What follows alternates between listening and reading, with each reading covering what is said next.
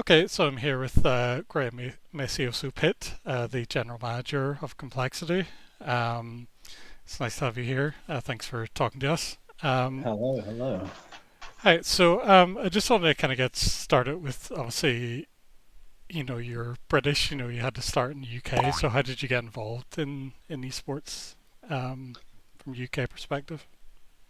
Yeah, so I mean, I didn't specifically get started in UK esports as much as my original background in esports was in Call of Duty on the PC. So before it got sort of mixed up in console and before Activision ruined the game.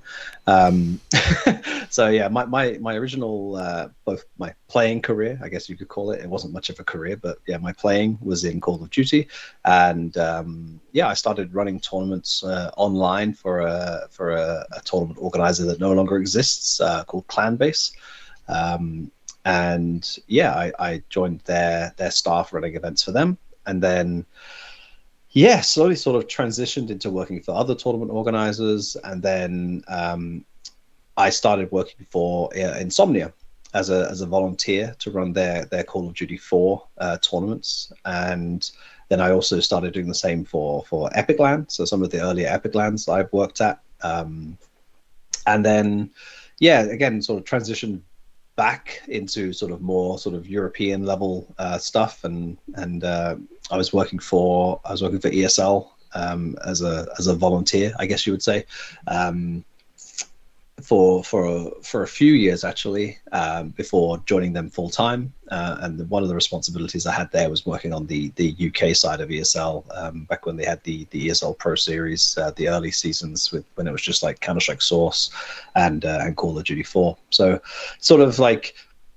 a bit of UK when there was UK events, but also like a European sort of focus as well. So it was kind of a mixture of both, that ultimately led me to starting I guess my full time career. I did work briefly for Multiplay. So the people behind Insomnia, I think I worked for them for about 9 months full time before I moved to Germany, and that was sort of where my UK focus really ended, I guess you could say. But yeah, I was a full time employee at Multiplay, running all their esports operations, I guess, along with a guy called Matt, who's now with what are they called, Enclave, the new land that sort of rose from the ashes of Insomnia. So yeah, it's been a long time since I've been involved in UK esports directly. At least I think it's been at least 12 or 13 years. Yeah, so I was interested in that kind of aspect where it seemed like initially you went into esports from a kind of admin perspective, a kind of logistical perspective. Like, why do you think that was your kind of route into esports? Sorry, can you repeat that again? Sorry, just so I can get the question correct. Why do you think that sort of adminning and kind of more logistical or tournament organizational aspects was your route into esports? Okay, Like, why do you think it suited you? yeah. So I'm a football referee, or I was a football referee many years ago. I qualified as a football referee, I think, when I was 17. So the whole idea of refereeing matches and adminning things was something that I was already into outside of esports. And the honest truth is, I wasn't very good at the games I played. I was decent, but I wasn't like exceptional. So going into sort of the tournament administration side of things allowed me to continue attending the events I was already attending. Um, I think there was a gap in the market, so to speak, for someone who was good at it, and I'd like to say I was good at it. And yeah, I sort of got the best of both worlds. Really, I got to do something that I enjoyed. I got to attend all the events I wanted to attend. Socialize with the people I wanted to socialize with. And weirdly back then, like, even though I wasn't getting paid much, if I was getting paid at all, getting paid to work in the sort of the administration side of things was actually more guaranteed money than you would get from playing in some ways. Like, we're talking sort of like 2007, 8, 9. Like, there's still very, very early years of esports. And if someone was paying me like €50 a day to come run their tournament, that was still probably more than most players were going to get from that tournament. And I wouldn't have to pay for my own travel, I wouldn't have to pay for my own accommodation, so I was getting paid and my expenses were going down. So weirdly, it was financially motivated as well. Even though the numbers involved back then were extremely minimal, there was a financial incentive, so to speak, to make the switch. So yeah, maybe it was shrewd, maybe it was cheeky, but yeah, it worked for me. So Okay, so we can see kind of the DNA of you being a stickler for rules, kind of being a thing through your life. yeah, I mean, yeah, understanding your environment, I guess you could say. Like I could keep trying to plug away and be a player, and I was realistically never going to earn prize money, so there was never going to be an income stream there. But yeah, being able to still go to all the events, socialize with the same people, and at least not come down negative from the event. I probably would end up spending the daily rate on something, but yeah, it worked out. It was a I was young. I think I started as early as like 15 or 16. I think by the time I started like attending events, I was like 18 maybe. So I was finishing college, going to university, and getting to travel around the world and then go to esports events. Like that was a great life for me. I enjoyed it. Yeah. So yeah, you touched on like the ESL Prem. Do you have anything, kind of any reflections on that time, and if it kind of its removal has had an effect on UK? I know it's not exactly your specialty now with NA Counter Strike, being your focus, but do you have any Yeah, reflections on that time? yeah. I mean, I do wish I've always sort of said that I'd love to go back and work more with UK esports again. Um, even though right now I work primarily with North American Counter Strike, obviously there's a global element to that as well. I haven't lived in the UK for 12 and a half years or something, so I think it's very hard to be deeply integrated into an ecosystem that you're not regularly attending all the events, you're not directly involved in it. So I do have an ego, but I don't have as much of an ego to say that like I could go back in and help and fix things. Like I'm so out of touch with it now that it would be hard to go back. But I've had opportunities to go to events. Sometimes people have invited me over and said like, hey, do you want to come do something at this event and we'll talk and we'll try and figure things out, and it'll just be like a nice sort of social thing, and I love doing that. The Insomnia guys especially, they invited me back a few times to go to their events, and whether it was to like sort of oversee the admins running the event and things like that, it was a nice experience. But yeah, it's been way too long for me to have any real sort of opinion on how things are going these days, and things have changed a lot as well. The people that I knew in UK sports almost don't exist anymore.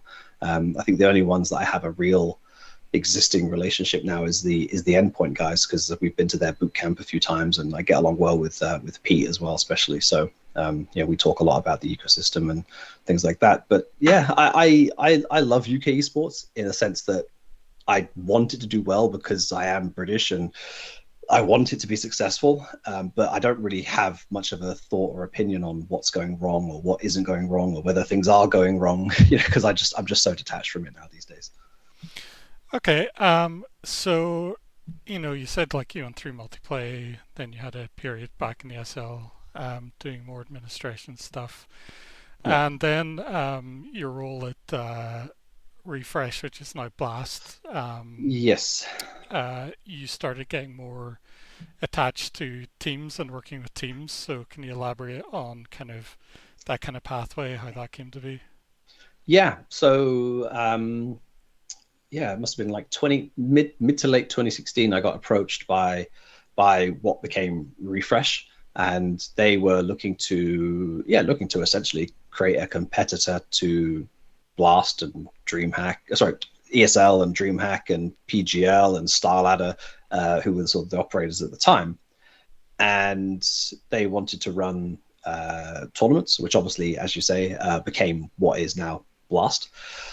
And the second half of their business at the time was that they had teams on the books as well. So at the time that I joined, we had Astralis, we had Heroic, we had Godsent, and we had a Norwegian team called Norse, who are regularly forgotten, but we had them for a few months. And there was actually no intention when I joined that I would have anything to do with those teams. That was never the goal. But we didn't run our first event for over a year, I think, after I joined. So there was just this kind of weird time period where Astralis had a manager. They had Frederick Busco, who was also their co-owner. So he was running Astralis, but like Heroic didn't have a manager, Godsend didn't have a manager, and Norse didn't have a manager. So there was sort of administration tasks to take over with those teams that I just sort of they sort of fell on my lap because I was the one that was the most endemic, I'd say, of the employees we had at Refresh at the time. A lot of them were sort of non-endemic people coming in, to kind of bring real world experience to esports. But I was the kind of hardcore esports guy at the time. So and I had the pre-existing relationships with obviously with ESL and a lot of the tournament organizers. So yeah, it sort of just fell on my lap really. And yeah, I ended up being sort of the team manager of those three teams, or two teams, I suppose, mostly Heroic and Godsent, and then later Astralis became under my wing as well. So I was sort of the team manager for all three teams at one point. And we can have a separate discussion about the conflict of interest involved in all this, because there clearly was one, and it wasn't super comfortable, but yeah, it happened. So let's not dodge it too much. I was the sort of the team manager for all three teams. I was attending some of the events. I think at one point, well, I don't think at one point. At one point, I became the coach for Godsent because we wanted to have a bit more control and understanding of what was happening with that team in particular. And yeah, it was a good experience in a way to have for me, because we had Casper Witt, who was the sports director. So he was the guy ultimately in charge of the performance of the teams. He was the guy in charge of the rosters. He was doing like the day-to-day kind of super high level administrative work of the teams, but I was the one doing sort of the grunt work, if that makes sense, alongside the work I was doing with Blast. And yeah, I sort of got a bit of a taste for it. Really, it was something that I enjoyed. I liked the competing. I liked I don't know, a bit of a change of pace from just running events. It was an enjoyable experience, and I sort of got the bug for it, and that's where it really came from. So yeah. Yeah, so obviously, I feel like your arc was kind of, initially you're playing games, you're kind of competing on your level, and then, you're doing administrative stuff, and then you get like back into competition with the team. And is it kind of that feeling of like, like experiencing like tier one Counter Strike, like being in it and feeling like you have an effect on matches, or Yeah, I'd say back then less so. I think my role was sort of very administrative in those. I wasn't like I wasn't expected, and I wasn't really confident or capable of having more of an effect back then. But I think as I've taken more time to sort of build into the role and figure out where my strengths and weaknesses are, and I'm never going to be a high level tactical person in Counter Strike, but I have a good understanding of Counter Strike, so I can help on little things. I think where I can provide more value in that sense is like on the personal level, on the sort of life, not life coaching, because I wouldn't describe myself as a life coach, but I am getting old now, unfortunately. I've just turned 34, so I'm getting old. And a lot of the guys that we're working with, have been in their late teens, early 20s. They're definitely less life experienced people. They spend a lot of time, certainly like with the team we've got now, or the previous iterations of the team as well. They've spent a lot of time away from home, so having someone with a bit more life experience, a bit older, who they can lean on and be, not be responsible for them because they're adults, but have someone who they can sort of confide in or whatever. That could be something that now falls under me. Whereas as a 25-year-old, it's not quite the same relationship. So I think as time has progressed, I think my role has developed, and I've figured out where I can be useful. And obviously, I like to think I know where to stop and understand where my usefulness ends. And I think that was one of the more valuable lessons I learned over the time, is like, I don't need to have input on these things because that's not my area of expertise. And I think that's again, that also comes to tactical in-game things like that. I know that's not my strength, so I make sure that I have people in place to take over those roles for me. Yeah, so you're a father, right? I'm a father of two. Yes, I've Yes. got a nearly 5-year-old and a nearly 2-year-old. So I've got a 4 and a 2-year-old, a And four and a then 1-year-old. you also have a bunch of 20-year-olds as well. And then I have so I've got my kids at home and I've got my kids away. It's I have described it like that before, but it's not really fair on the guys. But I tend to find that, like, the kids at home, their trouble is like just, oh, my toy broke, and the kids away is like, oh, my flight got cancelled, and arguably one is way more stressful than the other. Usually, at least, they're not responsible for things like that, so it's not so bad. But I have lovingly described them as the kids at home and the kids away. But yeah. Okay, so yeah, like obviously we're kind of skipping to complexity now. So like, how did the opportunity come about initially? And as someone in the scene, did you just think, obviously complexity, a historic org, Jason like, one of Counter Strike's biggest personalities, like what was your feeling like when you kind of got that offer?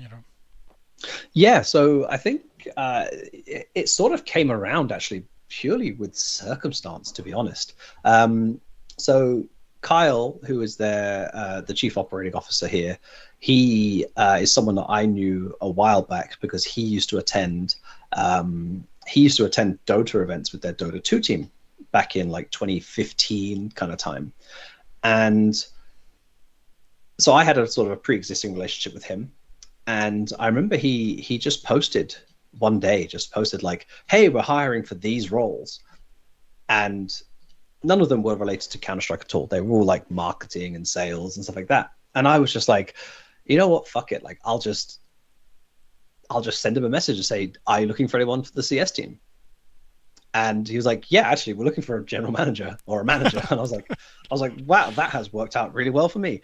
Um, and yeah, I went through some interviews with them. We talked about the project, we talked about what was coming up and what needs to be done, and it just made a lot of sense. Like, they needed someone who could sort of come in and take control of the whole project. Like, they almost wanted to. Okay, it's going to sound wrong to say that they wanted to just sort of forget about Counter-Strike, but like, they needed someone to come in and be like over every aspect of the Counter-Strike roster, because like there's so much to do with that single one team that it's like they didn't want to have like multiple people getting involved with it. They wanted one person who could kind of take every aspect of it and just get it all done. And that worked with sort of my skill set really well. So yeah, it sort of came about purely by luck, really, that it all kind of came together. And as you say, the idea of working for Complexity was something that definitely appealed to me. Like, I've grown up watching the Complexity Armageddon videos and understanding who Jason was and his passion, and watching him go through CGS and then out of CGS and buying the brand back, and the things that he's gone through. Like, I think you can appreciate the passion and the level of ownership that he has over the team. It makes you want to work for someone like that.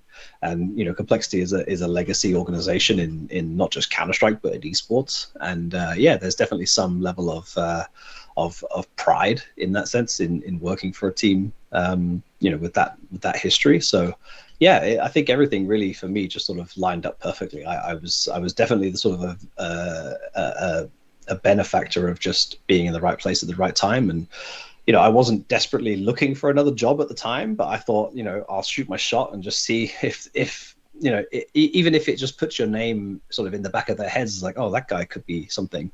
But yeah, it turned out pretty much instantaneously. I think actually around about now, I think I messaged them like early July in 2021, and yeah, I was in place. I think I had to serve like 30 days notice at my old company. So I think I technically started in August, even though it was all kind of agreed in early July. So yeah, it's been basically my 4-year anniversary now. And yeah, it's been going good so far. Long may it continue. Yeah, I wanted to kind of talk more, about this year now and how this year's progressed. So, just overall, like, how would you reflect on this year so far? I think this year has been, I think for everyone really, has just been a big learning curve. We obviously made some pretty significant roster changes towards the end of last year, with both Floppy and Elige leaving, which is a pretty big loss in terms of experience and sort of personality.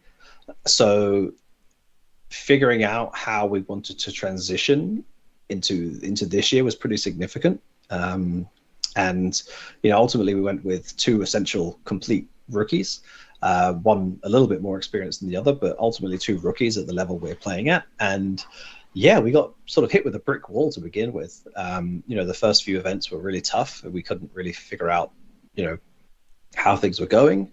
And yeah, as time's progressed, we've made progress. They've made progress. The team has made progress. Um, we've spent a lot of time sort of figuring out things about ourselves. I think both me as a person, the players as people, and the team as a whole. But it's been to add to that, also the idea of navigating the whole VRS system now. Now we're in the open system. We've been very lucky in a sense that we had the partnerships for the past 3 years, which obviously gave us guaranteed events, gave us guaranteed revenue, all these lovely things that people didn't like, and I understand why they didn't like it. So I'm not saying it was the wrong thing to happen, but we've had to sort of navigate the new world with a new roster, and yeah, it's definitely been an experience, but I think we'll be better off for it eventually. It's just getting used to that transition has been. I think we changed a lot at the same time, if that makes sense. So, Of course. it'll be nice to stabilize everything, and hopefully not be changing too much in the future. And yeah, it's been going good. It's been a good experience. But yeah, it would have been nice to maybe lose the partnerships without losing the players, or lose the players without losing the partnerships. But losing both at the same time has definitely been tricky. What used to be a pretty thick and full calendar of events has become a lot more sparse, and we've had to think a lot more about what we're attending, when we're attending, can we attend things. And yeah, it's been a big learning curve, but hopefully we'll stabilize where we need to be, and things will be good from now on. Okay. Yeah. So just to zoom in on a couple of those aspects, obviously you signed 60 index. At the time, you know, I was obviously an outside observer and kind of looking at, like, players from what became Blue Jays, the boss team, Yep. Nines, and I wasn't really expecting 16 Nicks, to be honest. So, what were the kind of conditions that kind of led to those decisions? And, was it like, were other options just not what you decided to go for? Or were they prohibitively expensive? What was the kind of situation at the time? A bit of a mixture of all of that, really. Um, so there was definitely some prohibitively expensive players. Um, there were teams that just weren't willing to negotiate. Uh, that that basically took away a lot of the talent pool that we were interested in. The shortlist wasn't that long. Like, we had a few players that we had interest in, and beyond that, we were looking at sort of the free agent pool. Um, Ultimately, we looked at everyone in North American Counter Strike. As you say, like the boss guys, Party Astronauts, whoever it was, Nouns. I mean, ultimately we got one player from Nouns, we got one player from Party Astronauts, I think. So, um, yeah, I think ultimately we were looking for players that we felt had potential to improve, but weren't where they were at, weren't where they were they hadn't fully like shown it yet. And I think Nick especially was one player that when we looked at him, like looked at the demos and talked to him specifically, like we really felt like, oh, this guy can definitely improve. And if you look at his like career trajectory, like he's slowly moved up through the ESEA ranks, and he's been posting better and better performances as he's gone through. Like he just gone to like his first LAN event with Nouns, and he'd done pretty good there. And like there was a trajectory we were like, okay, if we give this guy the opportunity, like it's going to be a rough start. Like we knew it was going to be a big leap to begin with, but we thought that he was the kind of guy that could sort of roll with it to begin with, and he would eventually develop into someone who was as good as the rest of the players on the roster. And I think we're still on that trajectory. Like he's learning a lot. He changed a few roles around. He's got some different spots, and yeah, it will take some time. But he's very focused on that, and we're focused on that. And there was never an expectation that everything had to click day one, and we had to be perfect, and we had to be at the same level we were at.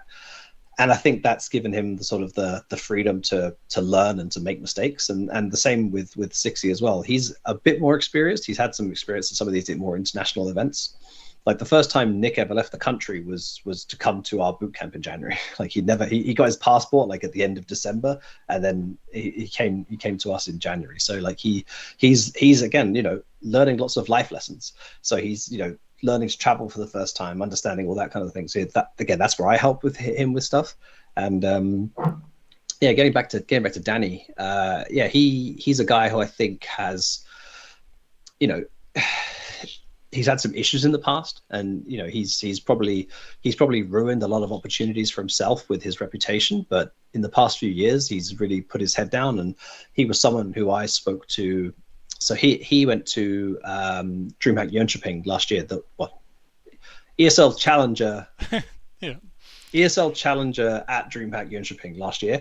We won it, but his team, Party Astronauts, was there, and I sat with him in the crowd watching our games, and I spoke to him, and yeah, it was very clear that he'd had a sort of a mental shift in the way he was approaching things, and I think then that gave me the opportunity 6 months later to think like, hey, this guy is someone who has kept himself out of the limelight. He's been trying to get his head down and fix the sort of reputation that he has. And yeah, he fit the roles we needed. He fit the type of player we wanted, and yeah, I think he's stepped up. And I think there's still a lot more development to happen. I think his development was almost stunted by the fact that he wasn't getting the opportunities because people weren't willing to take the risk on him. So I'm happy that we took the risk, and yeah, everything's working out good so far. And yeah, we just need to keep making the progress really.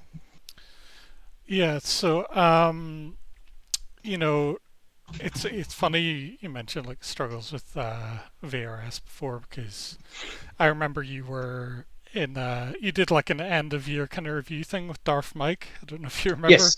Yeah, on I remember. YouTube. I'm due to do one this season as well. I suggested to him that we should do it every season. He was like, "Oh, okay." I wasn't expecting people to want to do it every season, but if you want to, so I'll try to. I think I've got to arrange that with him in the next few days. But yeah, I remember it well. Yeah, Well, I'm sorry, Mike, if I steal some of your your that's answers fine. here, but one of the things which you mentioned was this kind of idea that you guys kind of came into the year. I don't know exactly your rank, somewhere in the kind of 19th to 23rd kind of area, and that I think we were a bit higher than that. I think we were because we got invites as like a top 16 team at the yes, start of right, January. So yeah, I think we were like 15 by that point, which was a small drop. I think we were like we were hovering in or just below the top 10 for most of the year. So yeah, we dropped for yeah. us a little bit. Yeah. But you kind of mentioned this idea that like the scary situation is dropping out of invites, and you kind of faced that situation after Cluj.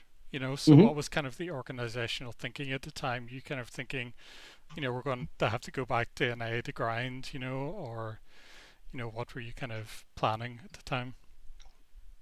Yeah. So as you say, it's quite tough. So after Cluj happened, we essentially had no more invites left. Like you know we were on the qualifier grind, so to speak. And I guess you could say luck, I guess you could say skill, whatever it was. what kind of really revitalized our season was winning the PGL Bucharest qualifier, and that winning that event gave us PGL Bucharest, but it also allowed us to go and play the Yellow Compass qualifier, which almost almost got us qualified to the major directly. I think we missed out by like 20 points in the end. Um, and yeah, that combination plus the performance of Bucharest also ended up giving us the Melbourne invite, and then we managed to play the MRQ, the qualifier for the major in between that. And so like we had like a sort of 3 or 4 week period where we had like back to back to back to back events, which was nice because we'd had like a month of nothing, which is very rare for us. And then obviously we attended the major, which was disappointing because of obviously Holzek not having his visa. So we went there without being full strength. But it was what it was. We knew that would be the case for quite a while. Actually, I think that we expected that would be the case. So it wasn't like a shock to us. But that little stint in sort of like April where we had like Bucharest, Melbourne, Yellow Compass, like and the MRQ, like that gave us the points to get a good invite towards basically the start of this season. So we obviously fell off towards the end of the season in the sense that we didn't play anything during May because all the invites for the May events were done off earlier invites. So we sort of missed a cycle in a way. So yeah, I think like from this July invite that would have just gone out like a few days ago, we haven't really got anything to show for that, but we got a lot in the May and the June updates in the sense of we got Fisher Playground, which the guys are already there, boot camping there, and we got IEM Cologne, and we would have got the Blast Bounty invite. So we've sort of got a good springboard again to sort of kick off the next season, and hopefully that will get us more invites in sort of the September, October, November kind of range. And yeah, that should set us up to qualify for the major and to play some more events towards the end of the year. But it's sort of a similar situation where we're likely not really going to play much in August, and we're probably not going to play that much in September either, because we've sort of missed that invite cycle by not being ranked high enough.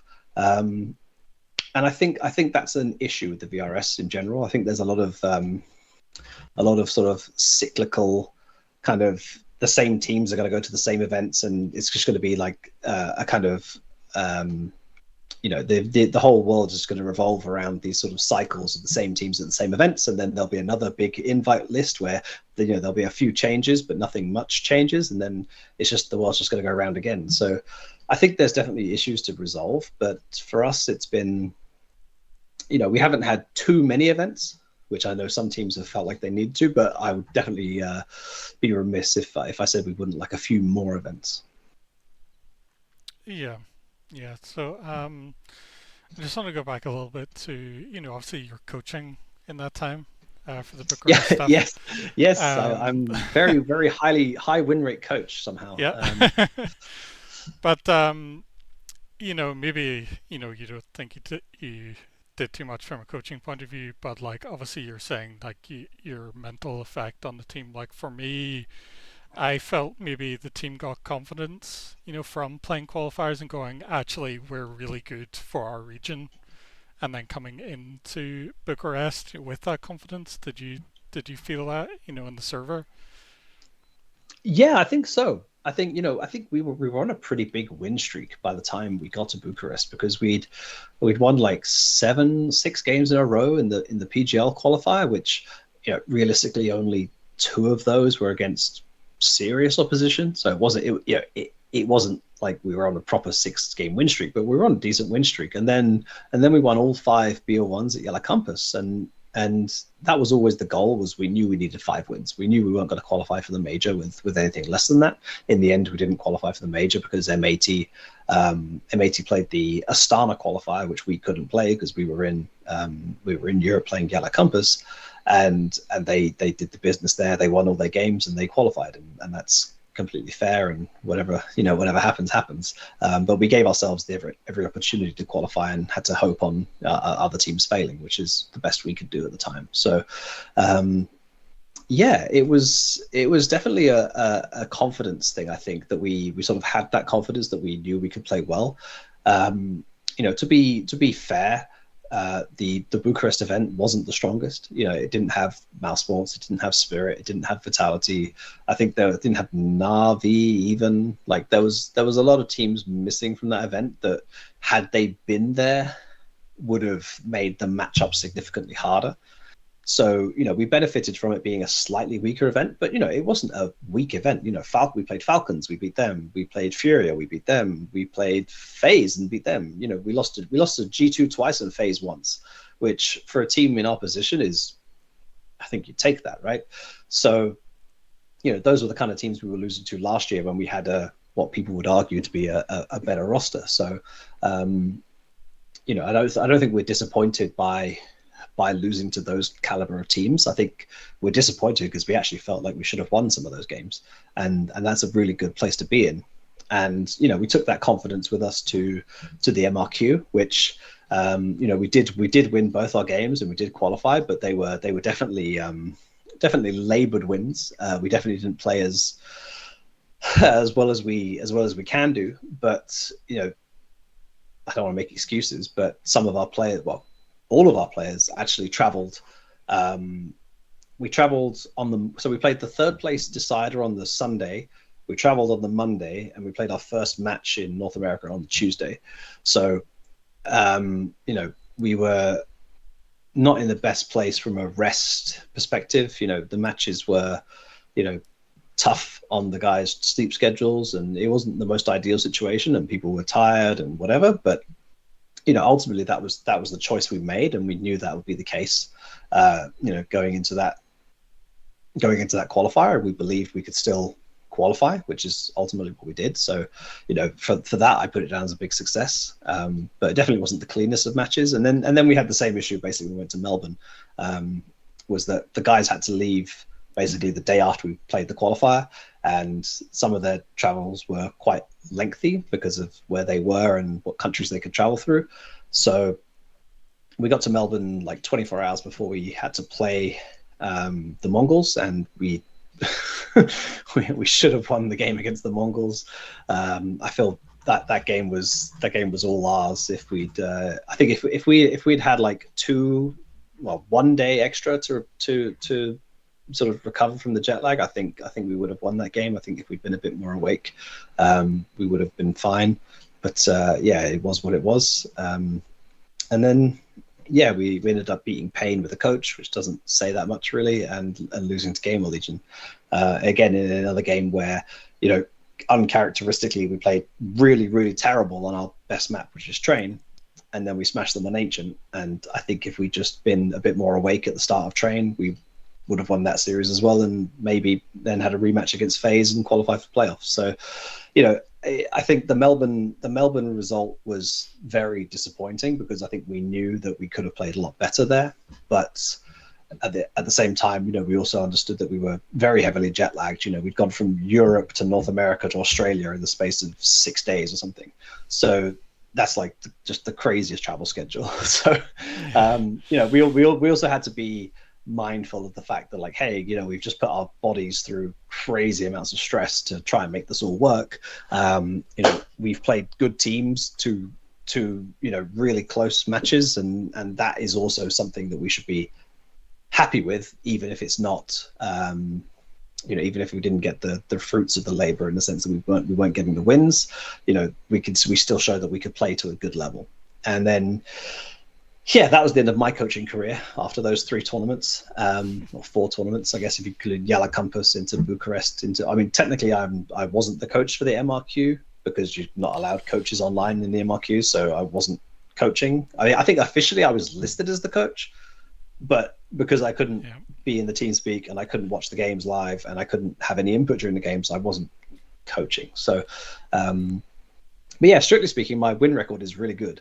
But to be completely honest, like, I wasn't providing what a coach would provide. Like, I was basically just the manager as normal, but with the added ability to, like, just take a time out and be like, guys, just chill, whatever, just say a few words here and there. But it wasn't something that I was doing on the regular. Like, I think for the first like 3 or 4 matches at PGL Bucharest, I didn't say a word. Like I didn't, I said, if the other team took a timeout, I was like, come on guys, keep it up, whatever. But it Yeah. wasn't, there was no input from my side. Like I think calling myself a coach during that period is a, potentially a disrespect to the actual coaches out there who are doing a great job. So I don't want to step on anyone's toes and pretend that I had this incredible impact, because I definitely didn't. But I think to some extent the mixture of the confidence we built up from like finally winning some matches, com- you know, add that to the fact that we don't have a coach. So that, I think a little bit of the pressure was sort of eased off some of the people, where like there was maybe slightly relaxed expectations because people didn't expect that much from us, where it allowed us to sort of go out there and just sort of play our game and have some freedom. So maybe I should just never hire a coach again.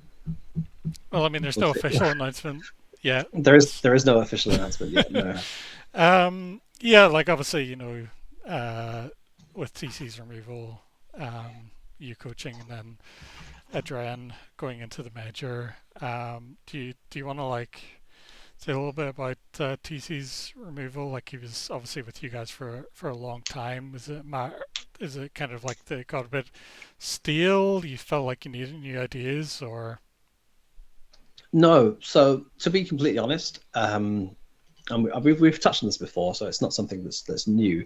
Some of it was financial, definitely was financial.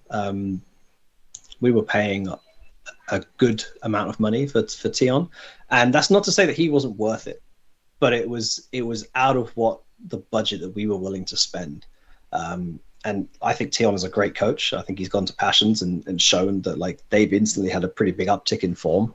I think Tion is a great coach. I think he was because again a little bit out of the budget that we wanted to spend, moving from the partnerships era where we have this guaranteed revenue to where we're at now.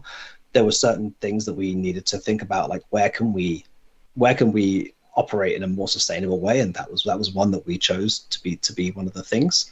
And I think another part of it is TC and JT had been playing and working together for so long that there was a thought that maybe we can open up new possibilities with JT by having someone else come in and give him their input, and he can work with someone new who can think in a different way, and maybe we could benefit from sort of that regard as well. So it was sort of two faceted, but the primary reason was to reduce our operating costs. And again, that's not to say that TC was not worth the amount we were paying him, because he most likely was, and that probably was the market rate for a coach of his experience and everything else.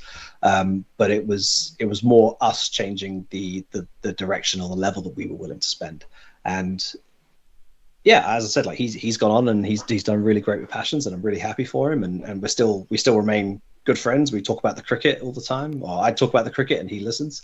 Um, and yeah, it's he'll always be a friend of the team. I think every player that or coach that leaves the team is generally a friend of the team. Like we never have any bad blood or anything like that. And he understood it, and it is what it is.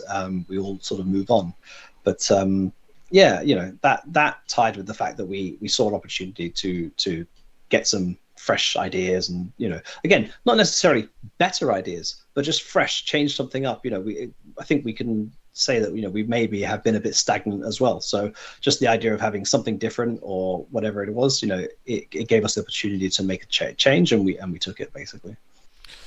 yeah. So obviously, you touched on the major missing Hauser, who has been, a standout player in this year. Um, coming into the major, I guess my feeling as an outside observer was, you know, uh, the onus is like there's so much pressure now on Grim to deliver because he has to Yeah. be the guy. Like how do you feel about like their performance in the major? Like, you know, in terms of how the individuals performed. With Junior obviously standing in. Yeah, I mean, it's tough because I obviously like knowing Holzerk and how much input he has on the team, like I knew we were going to be losing something, but it's hard to quantify what you would lose. Like if I'm going to be completely honest, like I was very disappointed that we did not make it through the first stage. Like for me, that was something that should have always happened. We should have always made it through the first stage. I was pretty shocked at how poorly we played. Um, and I think it's sort of a twofold thing. I think for one, it highlights just how important having a guy like Horsberg is, both from his output, fragging and everything else, but also from his communications, his rotations, the way he plays, and the way that the guys sort of work around that was clearly something that we missed. So it was a nice sort of highlight of that, if that makes sense. But yeah, I think that we still, regardless of that, should have been in a position where we could qualify for, not the playoffs, but like at least stage two. I thought we were capable of going to stage three. Like I don't think the gap should have been that large from where we were to how we played. So and I think I've said this before. I do put a lot of the onus on the players who stayed, our full time players, because I think that they needed to shoulder some of that responsibility as well. But it's also hard to ask them to play without a player who's so integral to their team as well. So I also, there's also a certain level of understanding of, we're sort of asking to do the impossible, but we also expected the impossible.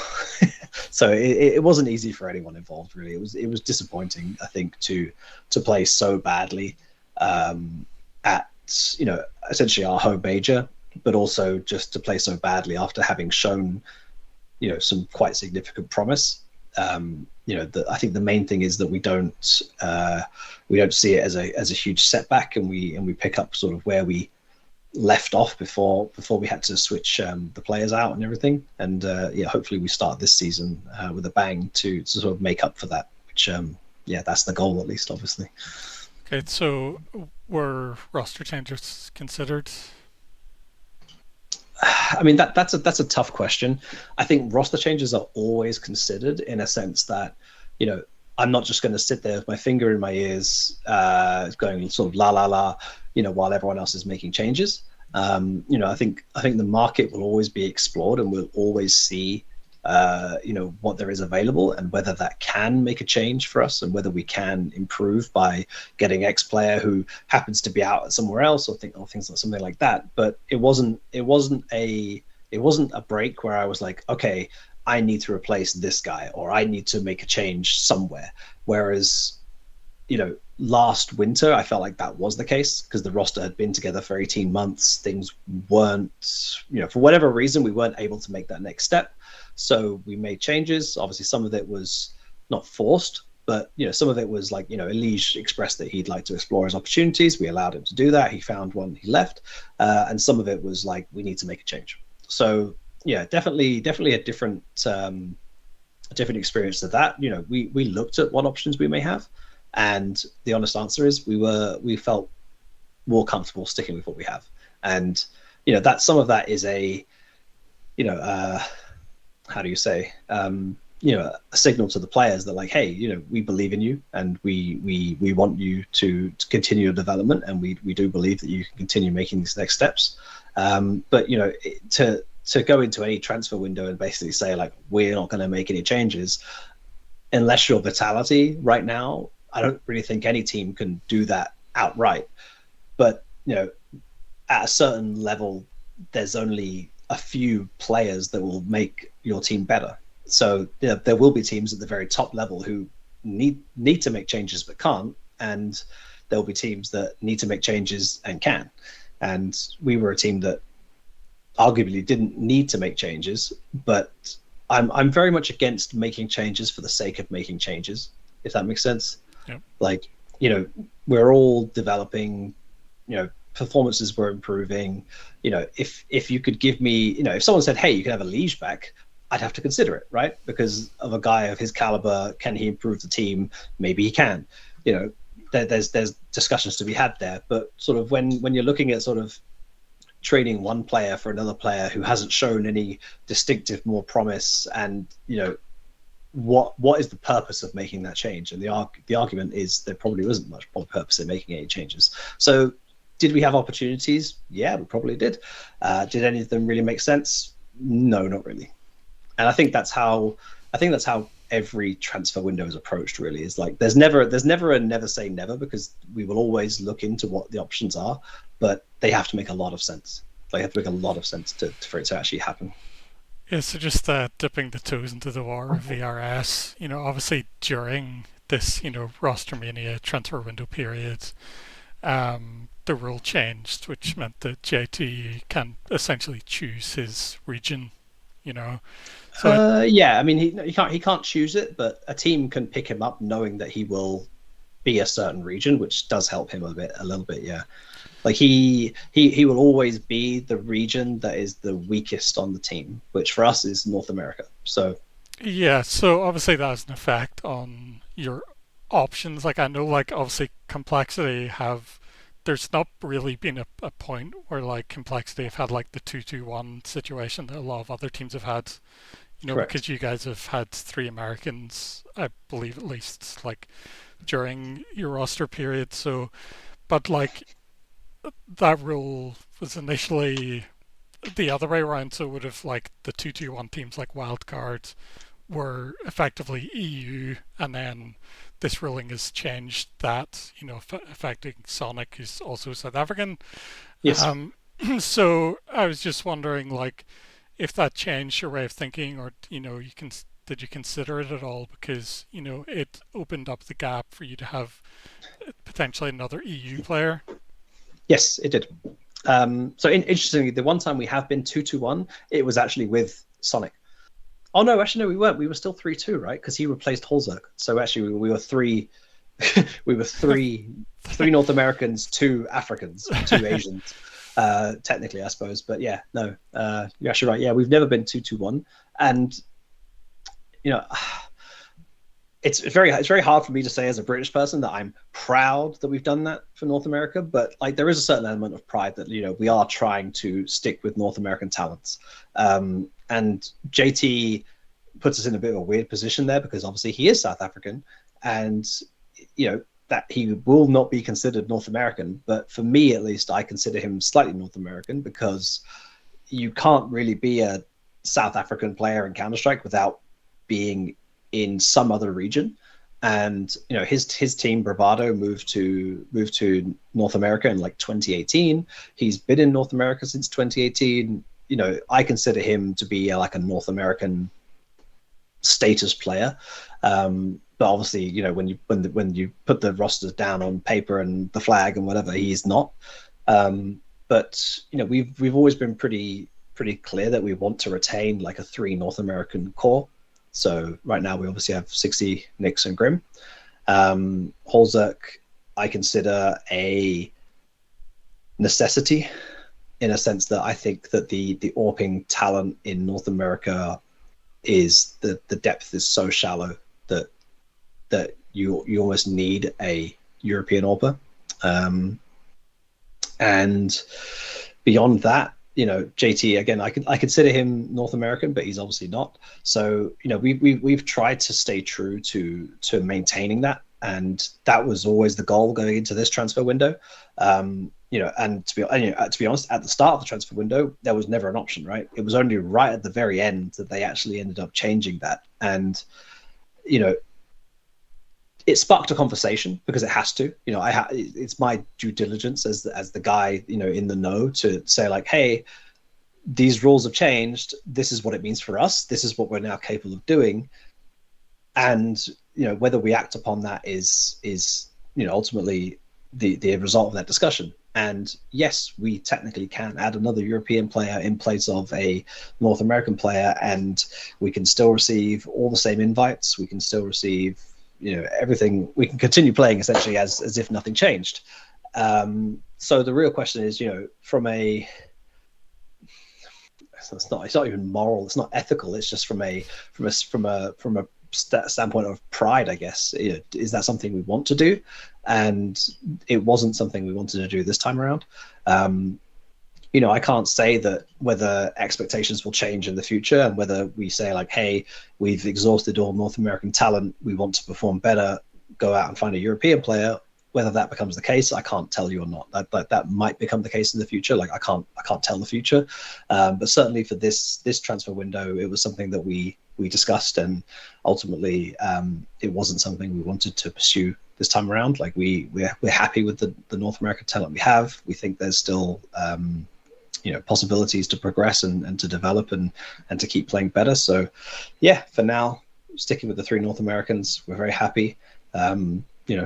Is it nice to have the opportunity to switch? Sure, I guess if that's if that's the way you think about it, but to some degree it sort of throws more questions in the air that it sort of I didn't mind being stuck having three North American players. Like that is generally something we've always been pretty proud of, that we want to stick with these North American players. We want to develop North American Counter-Strike. You can also see that in the Prize Picks Revival Cups that we're running along with Mythic and as I said, Prize Picks. We're trying to provide opportunities to players to play in North America, to earn some prize money, to earn some earn a living essentially, because we want that next generation of talent to develop.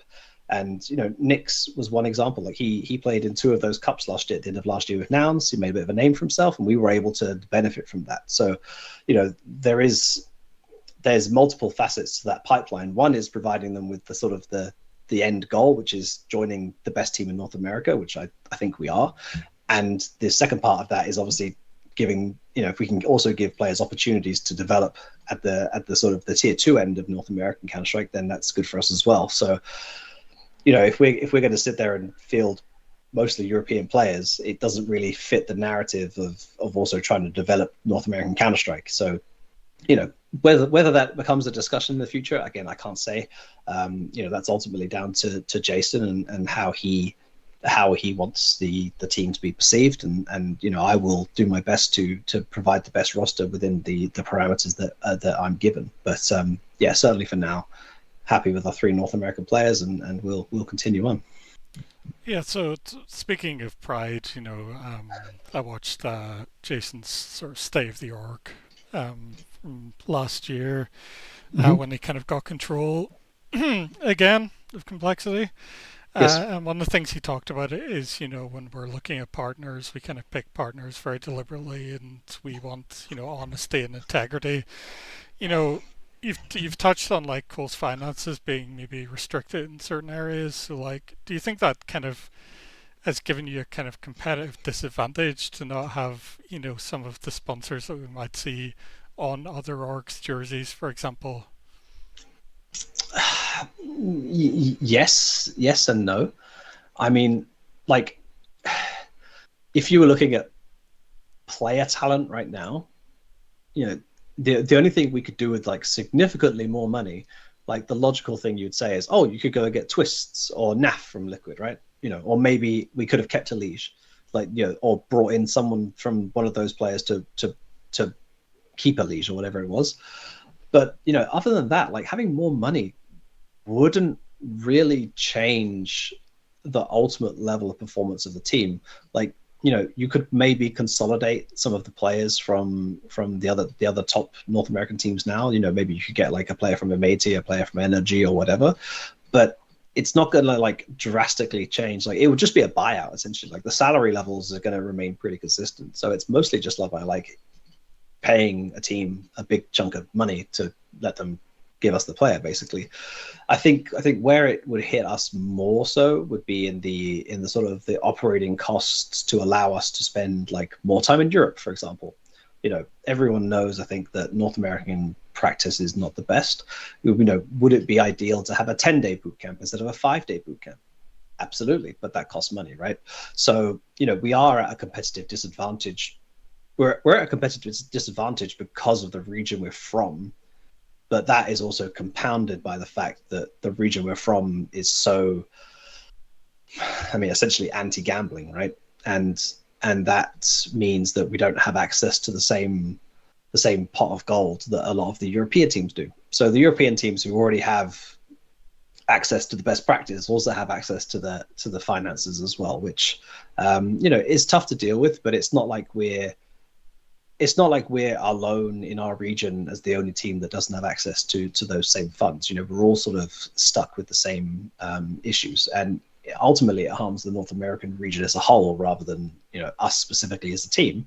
But obviously we'd also just like to, it would be good to have a partner who could help us, you know, get the team breaking even and being not a financial burden, if that makes sense. But ultimately it doesn't, I don't think it would change that much with the performance levels, except for just purely like being able to spend a few more days in Europe here and there. But something we've learned from the last team is that spending too many days away can be a problem as well, right? So there's a limit to how far that can take you before it becomes a negative effect as well. So yeah, I don't think it's too significant on the performance side of things. Obviously, it would be good from a financial perspective. Stability for the organization is ultimately the most important thing. But I don't think it would affect the performance of the team or anything like that too much. I think it would just be it's just nice to have. It's nice to have money, right? I think that's a lot of those kind of things are not things that I'm tasked to deal with. I'm told this is how much we want to spend on the team this year, make it happen, and we get it done. Those things are for Jason and for Kyle and the team back at the headquarters. But yeah, obviously having more money is good, but I don't think it's like a thing that's holding us back in terms of performance. Like, yes, a few extra days here and there in Europe would probably make us better in some way, but it's not going to like change us from a top 15, 20 team into a top 5 team, like, overnight. Yeah, so obviously I have seen you like be active on stuff like Reddit and Twitter and community discords, and I was just wondering like obviously you must see quite a lot of you know criticism of Cole or frustrated fans. I mean, considering as you say, your disadvantage as a region, your financial constraints. Do you think that criticism or a lot of it is harsh? I mean, I think a lot of it is fair, to be honest. Like, as I said before, like, I think we should have performed better at the major, and I'll stand by that. Like, I definitely think we should have performed better, and I think we did let ourselves down. I think we did let the fans down. So I'm happy to agree with criticism where it's valid. I think where people lose me is when people just say like, oh, they should have just bought this guy and they should have bought this guy. I'm like we may have tried that, and the team may have just said, absolutely no way are we selling to you under any price, under any circumstances. And then it's like, well, I'm not going to go out and say that on who it was and what it is, but that is something that has been said to me before. And yeah, ultimately, it's like there are certain things where the thing that irks me the most is when it's like people just being unrealistic about what's capable or what's realistic. And at the end of the day, like it's not their job to be in the know. It's not, you can't expect average guy complaining to understand the systems at play and what's going on in the background, because it's not relevant to them. So yeah, I don't think I get frustrated too much. Like, at the end of the day, my sole responsibility ultimately is to Jason and to the team, and to ensure that they're happy with the direction that we're progressing in. And I'm sure if they weren't happy, they would tell me. Generally, they're very the opposite way around. Generally, they have more good things to say and how happy they are than anything else. I've done my fair share of fuck ups. Whether that's cost us money or whether that's just cost us a relationship or whatever. We've been fined by ESL for saying dumb shit, and that's come back to Jason. And he's like, you can't be saying this kind of shit. Like you can't be doing these kind of things. I'm like, yeah, I agree. We fucked up, and we're all adults and we move on. But for the most part, Jason's very happy with how the team's been run. And yeah, I think ultimately it's just there's always disappointments, and you can't win every single match. But I think it's generally been very good. And secondary to that, obviously, we want the fans to be proud of the team, and we want the fans to be excited about the team playing. And um, you know, Jason listens to all that as well, and you know, he doesn't like disappointing the fans. He wants the fans to be you know, deeply invested in the team, and we all want that. But you know, from me, my sole perspective is, you know, at the end of the day, like, if Jason's happy with how the team's going, then I'm happy with how the team's going to some degree, because he's ultimately the decision maker. It's his baby. I'm sort of just child minding it, you know. Yeah, yeah. So I don't want to take too much more of your time, but No stress, no stress. I would love to have a little VRS section because Go for it. as an esports journalist, and I can see as a general manager, I've become somewhat obsessed with VRS, to be honest, because of its implications. It's not really a healthy relationship. So I just wanted to kind of get your thoughts on, we're a season in to VRS being active, like the active system that's Yes. being used. I wanted to kind of get your perspectives on how this season has gone. Obviously, you said like some of the teams are maybe a bit stagnant for successive events. I wanted to see if you think like climbing. Do you think climbing's too hard, too easy? Loopholes and stuff like that. Like, what's your general feeling? I like a season on VRS. Yeah, I mean, I think I think the VRS has some obvious issues. You know, let's take the invite list that went out like 2 days ago. That invite list was for like 5 different events over the course of the next like 3.5 months.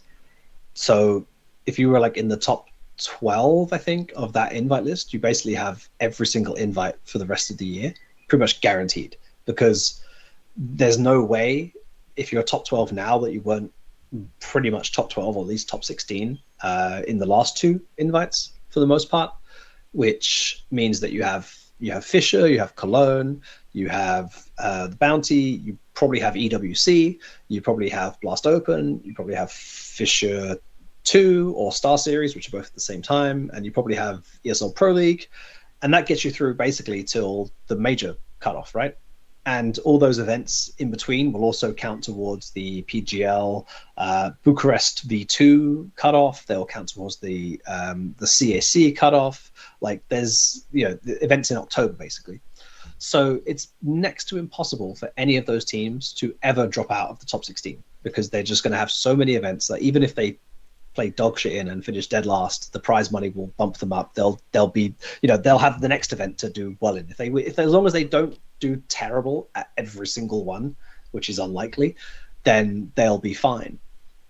Meanwhile, you've got the flip side where teams in the sort of tier 2 and definitely the tier 3 region are just completely starved for points, where it's almost impossible for them to earn the points.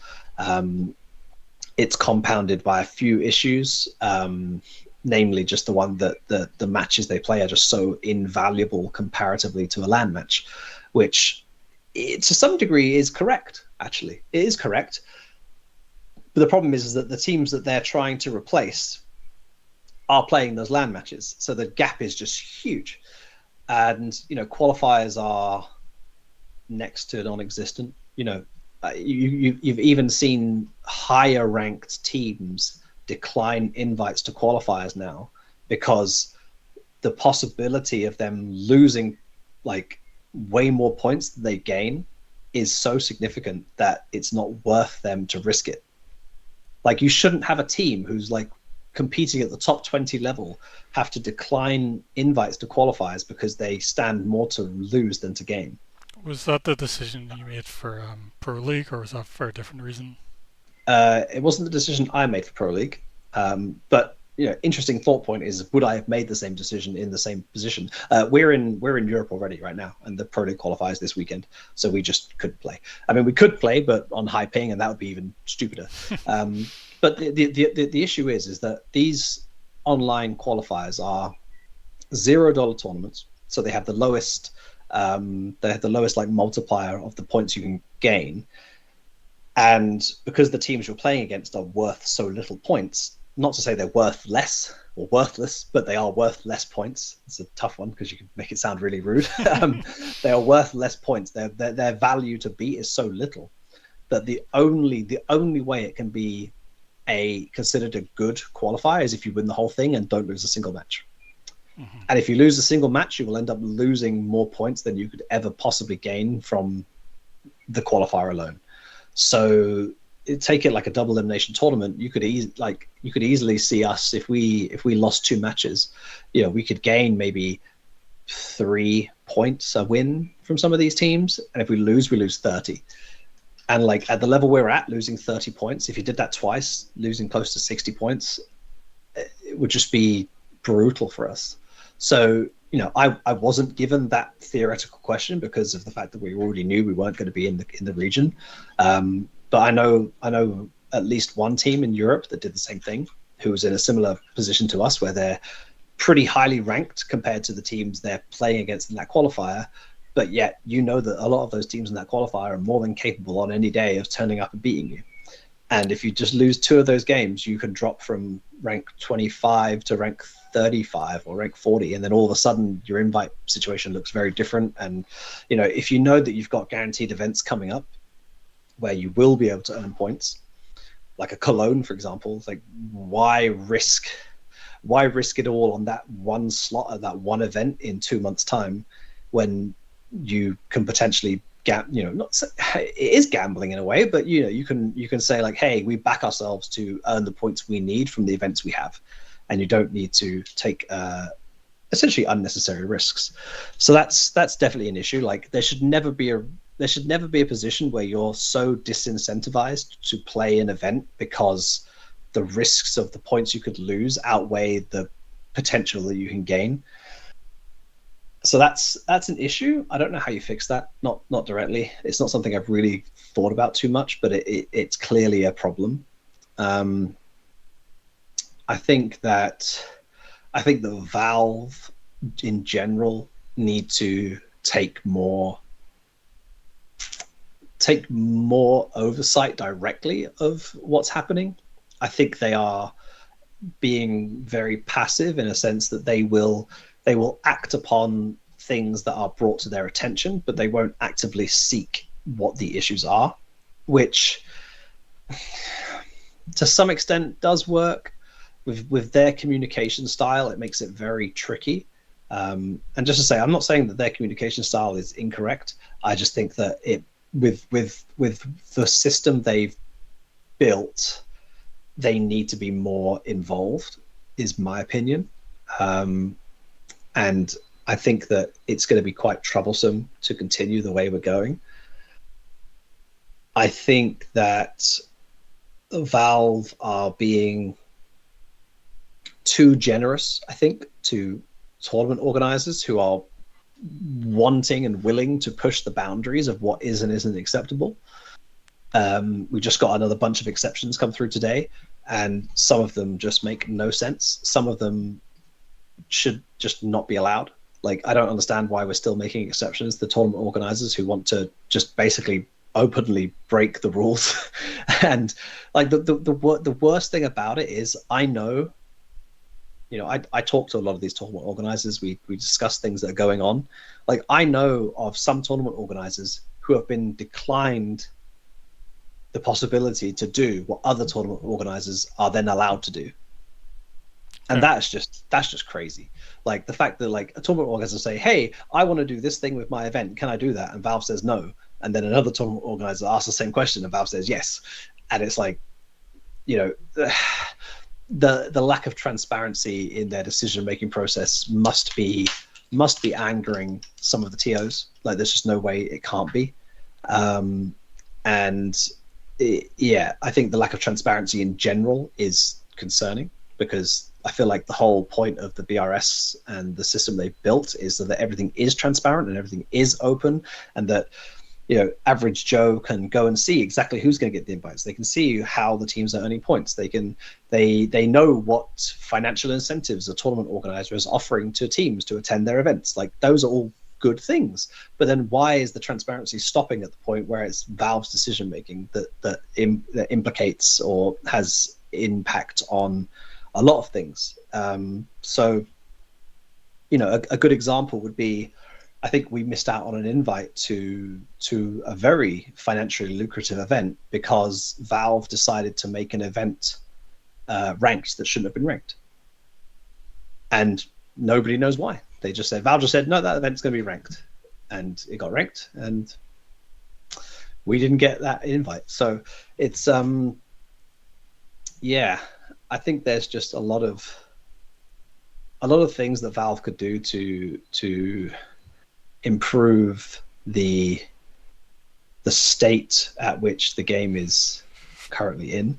You, But go ahead.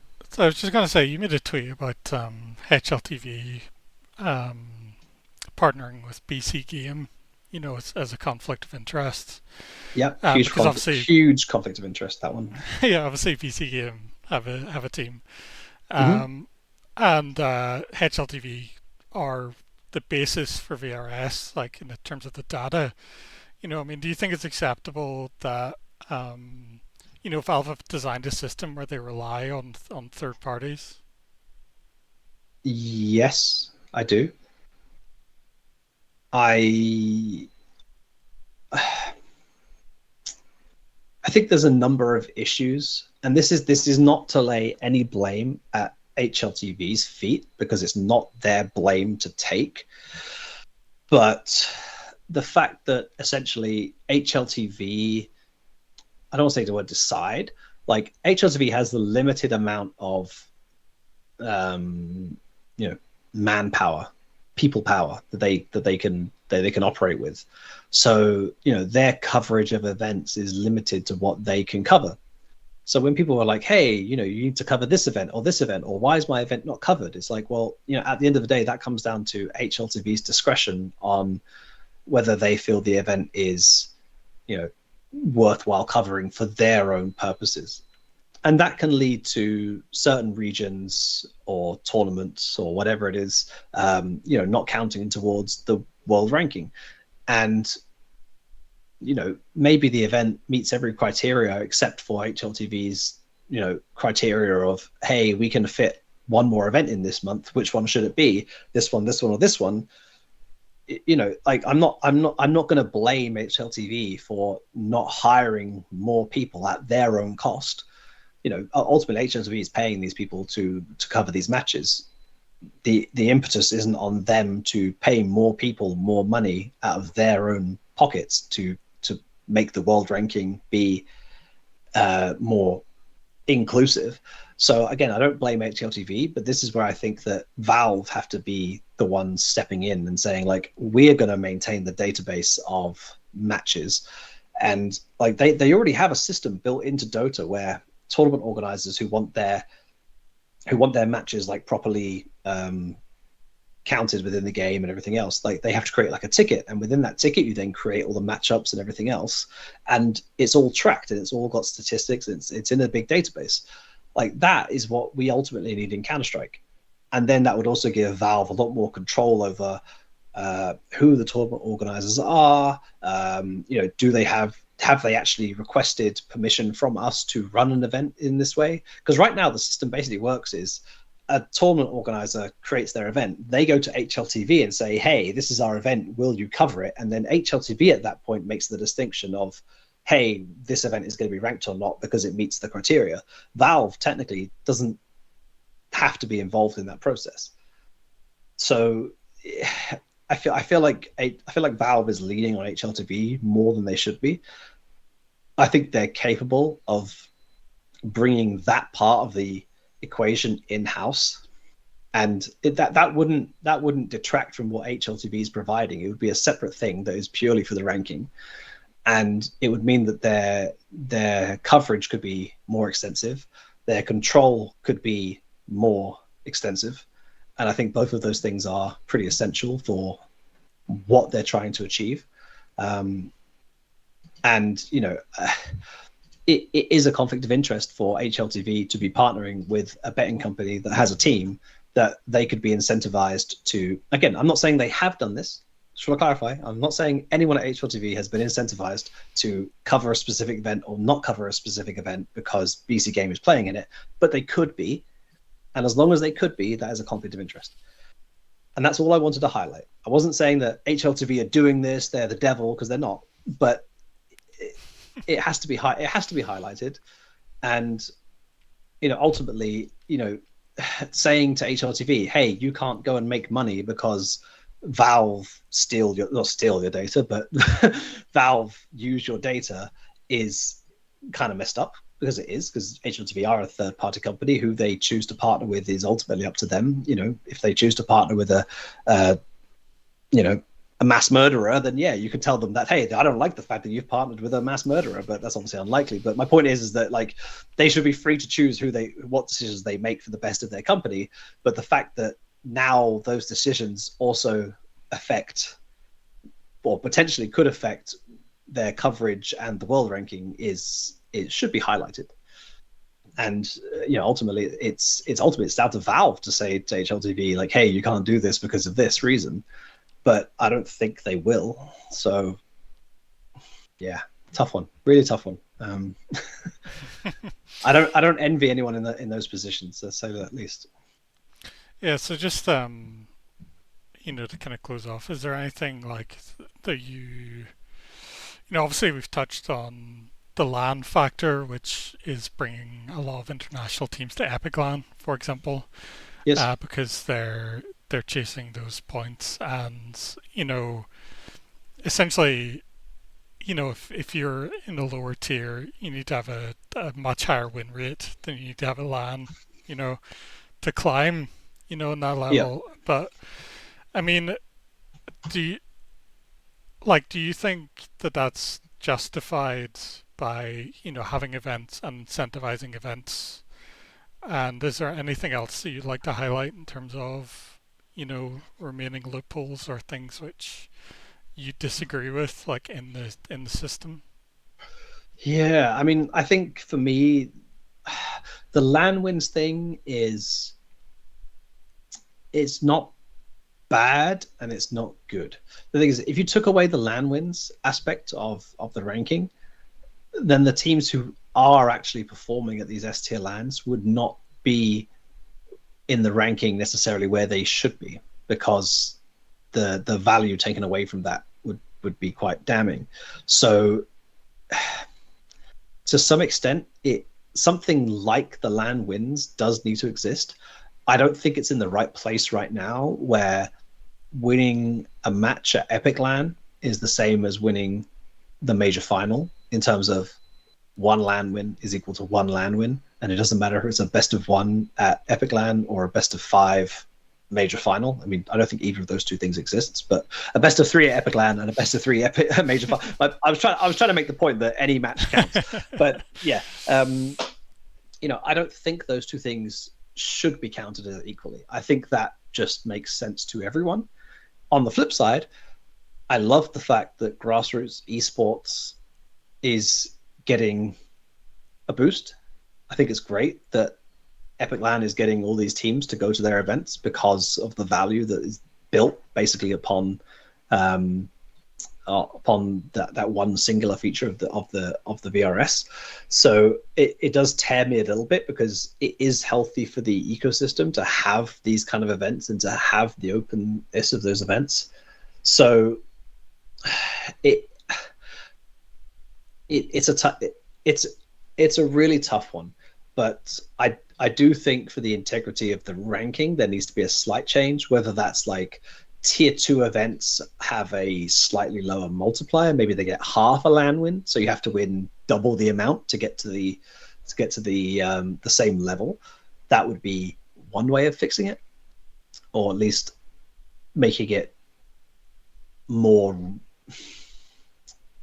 making the reward more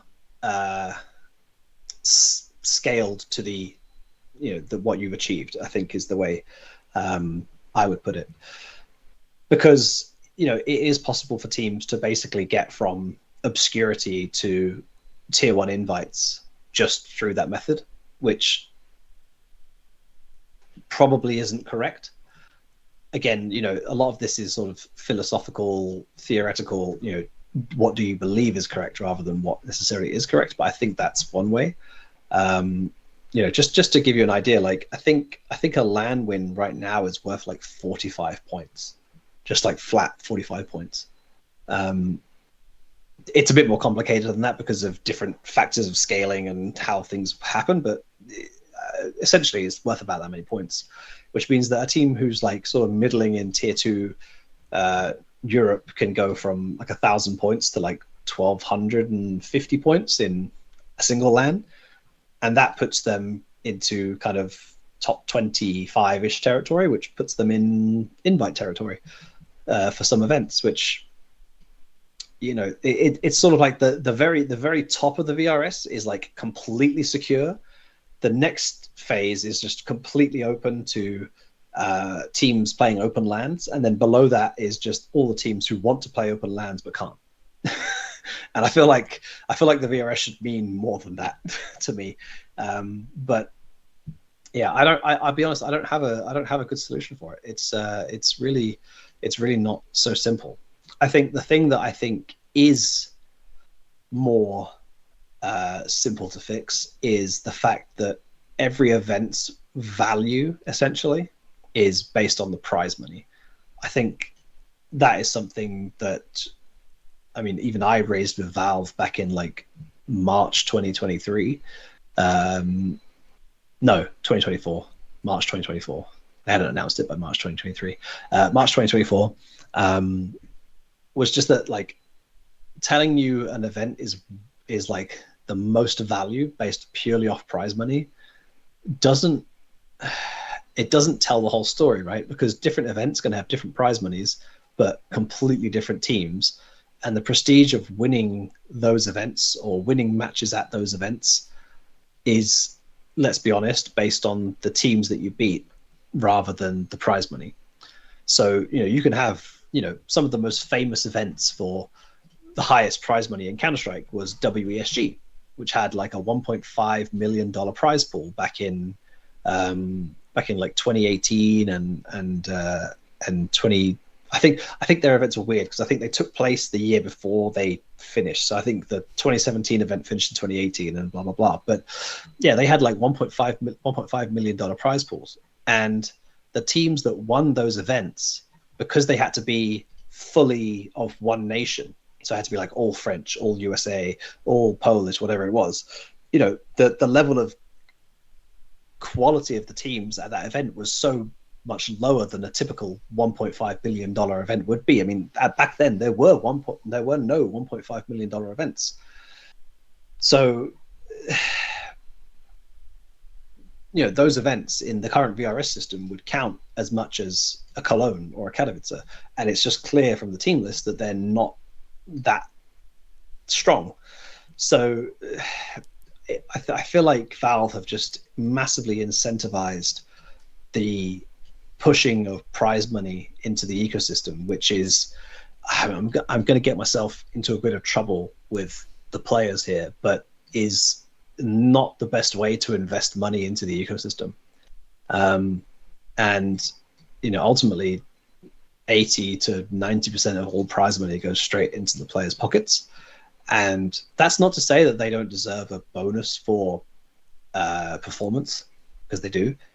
But the idea that they've essentially started a prize money arms race purely to satisfy the necessities of the ranking is the wrong way to go about it, in my opinion. I feel like an event's prize money should either be based solely on the quality of the teams attending, because the best events will always have the best teams in attendance. Like, the best teams will not skip the high prestige best events, and the best teams will generally always go to the high prize money events anyway. So maybe there's an element of mixing prize money and quality of teams.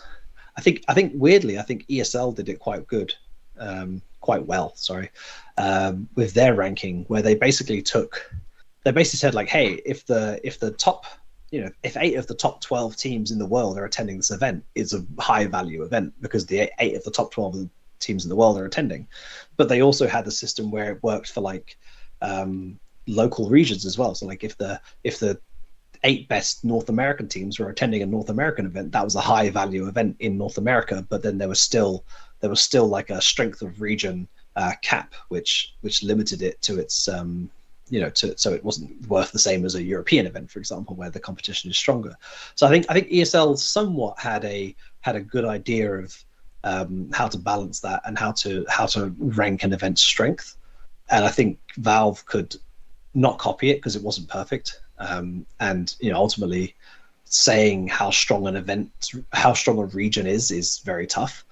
But certainly, the idea of the fact that a team's strength contributes to the event's value, I think that's something that needs to be incorporated somehow. I think that would be my number one immediate fix would be just remove the prize money arms race, and sort of remove the fact that winning a poorly attended high prize money event, which I know people will say Fisher is coming up this week. It's a $1 million event. It's going to count fully on the VRS. I think everyone can see that the team list is not the strongest. It's missing like 8 or 9 of the top 10 teams, but it will count. It will count the same. Like that, every dollar of prize money will count the same as a Katowice or a Cologne or a major. In fact, to some degree, it will count more than a major. But it's yeah. I think something like that has to be taken into consideration because it's just crazy that you can just value an event's worth based purely on the amount of money invested in it. So you To me, think like the kind of obviously PGL now you know well for many months now have unveiled their kind of equivalent to the club share. You don't think that kind of model has kind of solved that issue, like from like a uh, business point of view, you know? I mean, it solved it potentially from a team financial perspective, and I do think that is a much better split. But I mean, I would say that as a not a team owner, but an organization representative, like the prize money can't just be going all to the players.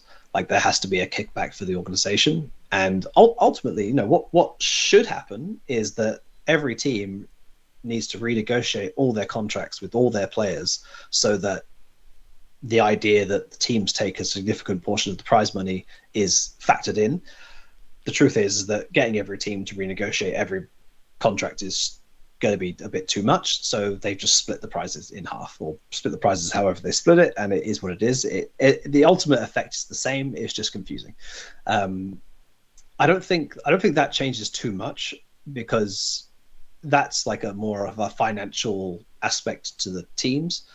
And the reason it's been done that way, like PGL might be more willing to do other types of financial incentives, whether it's like what ESL have with the viewership, where you get ranked each event based on your viewership, and you earn prize money. You earn revenue through the year based on how many events you attend, what your viewership. So your viewership is your contribution to their event. If you're a high value team who brings in all the eyeballs and can help an event prosper, then you get a kickback from that. PGL might be more willing to do something like that if taking that money away from their prize pool or the club share didn't affect the ranking that much. So I think, again, I don't know if PGL would do that. I'm just saying like they could be. So I think that, the fact that the rankings rely so heavily on prize money also stunts the growth of the other aspects of the ecosystem. So, I think there's room for improvement there for sure. Okay, okay, cool. Just some closing words looking to the future, the second half of the year with Sure. complexity. What does success look like for the second half of the year? Do you think? Yeah, always a tough question because the obvious answer is qualifying for the major is always the sort of benchmark for basic levels of success because qualifying for the major brings so many financial incentives that it can't be ignored. And we want to be at the biggest and best events, and the major will always be one of those. I think I think we want to stabilize ourselves a bit more in kind of the top 20. It'd be nice to say top 15. But certainly stabilize ourselves within the top 20. I don't want to ever see us dropping below 20 sort of after we get back in again, because I think that's where we need to be from a perspective of like invites and just generally. I think we need to say like we're at least a top 20 team, and then we can work on developing that further. I'd like to see us making some playoffs of some events. It's not easy to make playoffs of a lot of these events, especially the ones where they only do like 16 playoffs. Cologne coming up has 24 teams. We start in the first stage. We've got to get through 2 stages to make top six. Like, it's hard to make top six at Cologne. It's not easy. So, you know, making some more playoffs would be good. We obviously made playoffs back in Bucharest, and that was nice. It would have been much nicer if we'd made it in an arena event. We ended up playing in the studio, which may have been to our benefit. Maybe we don't win the match against Aurora in the quarterfinals if it's in front of a crowd. I don't know, but we're not just in it, to make playoffs. We also want to get the experience and play in front of a crowd is one of the best experiences I think a player can really experience. So yeah, I think we'd like to sort of see ourselves making some playoffs. Um, we'd like to qualify for as many events as possible. I think that's just being in attendance at events to some degree is a goal this year, which again, coming from last year is a very different aspiration. And yeah, I think the main goal, as always, is just to see the team making improvements. Like, as long as we're making progress, it feels like we've had a bit of a reset. Back in 2022 when we first started this team, it was all about making progress. It was all about developing the team. It was about giving the guys who hadn't had the opportunity to play every single tier one event the opportunity to play every single tier one event. Obviously, we had the partnerships and everything else, which made it possible. Now we've got to go out and earn all those opportunities ourselves. So, goal of one, earning those opportunities. Two, continuing to see the development of the players and sort of get ourselves back into a position where, in an ideal world, this team would develop to the point where they are a top 10 team in their own right. That would be the ultimate goal. That's not a 6-month thing. That's more of a longer term vision. But yeah, we've sort of hit the reset button at the start of this year, and we're building ourselves back up again. So it feels like, sort of going back 3 years when we had that original team, or the original North American team. And yeah, it's been a good experience so far, and hopefully we can continue that trajectory. That's the goal, really, just to continue developing and continue making our way up the rankings, and ideally, stabilize somewhere where we're happy with, and where we can continue getting invites and continue competing, really. Great. Well, thanks very much, Graham, for taking the time to talk to us. So, really appreciate it. You're welcome. You're welcome.